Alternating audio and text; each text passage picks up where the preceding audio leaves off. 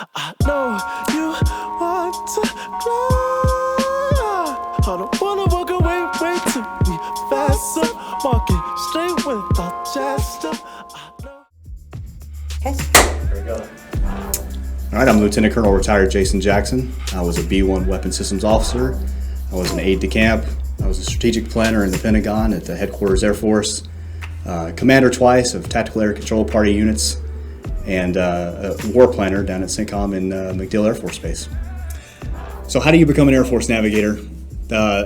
There's a set of criteria that you're going to have to meet, and while you're in either ROTC, so the Reserve Officer Training Corps, or at the Air Force Academy, or you're going through Officer Training School, OTS, there are specific things that the Air Force really kind of wants you to be able to meet. Now, first and foremost, particularly I'll talk about the ROTC side because that's what I'm familiar with, having graduated at Auburn in that program. They look at your commander's recommendation first off. So the commander of your unit is going to rank all of the candidates for aviation based off of a series of things: leadership capabilities, your physical fitness capabilities, really kind of your GPA focuses into that too. And he's going to give a recommendation. And then beneath that becomes the GPA itself.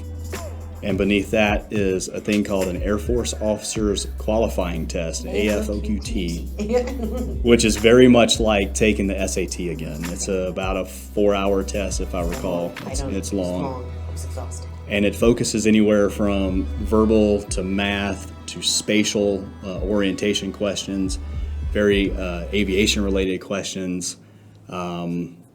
There were some line diagrams that were absolutely just the worst thing possible to try to do.